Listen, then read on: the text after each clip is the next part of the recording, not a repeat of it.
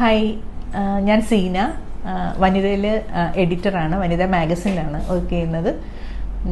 ഞാൻ ആദ്യമായിട്ടൊരു കാർ വാങ്ങണമെന്ന് ആലോചിച്ചപ്പോൾ തന്നെ മനസ്സിലുണ്ടായിരുന്ന ആ സമയത്തെ എൻ്റെ ഡ്രീം എന്ന് പറയുന്നത് നാനോ ആയിരുന്നു.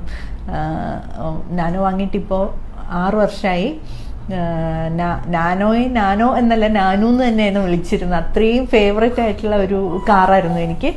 പിന്നെ ഇപ്പോൾ പുതിയൊരു കാറെന്ന് ആലോചിച്ച് തുടങ്ങിയപ്പോൾ തന്നെ ഞാനും അത്രയും ഇഷ്ടമായിരുന്നത് കൊണ്ട് അത് അത്രയും സ്മൂത്തായിട്ടും അത്ര ഹാൻഡി ആയിട്ടുമുള്ളൊരു വണ്ടിയായിരുന്നു. ഒരു വണ്ടിയാണെന്ന് തോന്നുന്നില്ല, നമ്മളെന്തോ ഒരു വളരെ ഫേവറേറ്റായ ഒരു ടോയ് പോലെയായിരുന്നു. എനിക്ക് അത്ര ഇഷ്ടമായിരുന്നു. അപ്പോൾ പിന്നെ രണ്ടാമതൊരു വണ്ടി എന്ന് ആലോചിച്ച് തുടങ്ങിയപ്പോൾ തന്നെ ടാറ്റയുടെ തന്നെ വണ്ടി വേണം, അതുപോലെ തന്നെ നാനോ പോലെ തന്നെ എനിക്ക് ഹാൻഡിൽ ചെയ്യാൻ പറ്റുന്ന ഒരു നല്ല വണ്ടി വേണം എന്നായിരുന്നു. പിന്നെ ഇപ്പോൾ കുറച്ച് നാളായിട്ട് ഇ വി പുതിയത് വന്നപ്പോൾ മുതൽ നമ്മൾ വളരെ താല്പര്യത്തോടെ നോക്കുന്നുണ്ട്.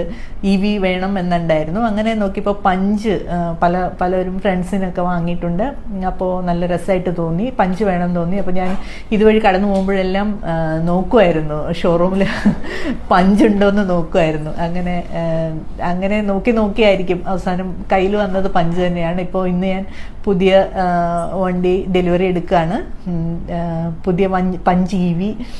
പിന്നെ അനീഷും വർഗീസും രണ്ടുപേരും നന്നായി ഹെൽപ്പ് ചെയ്തു.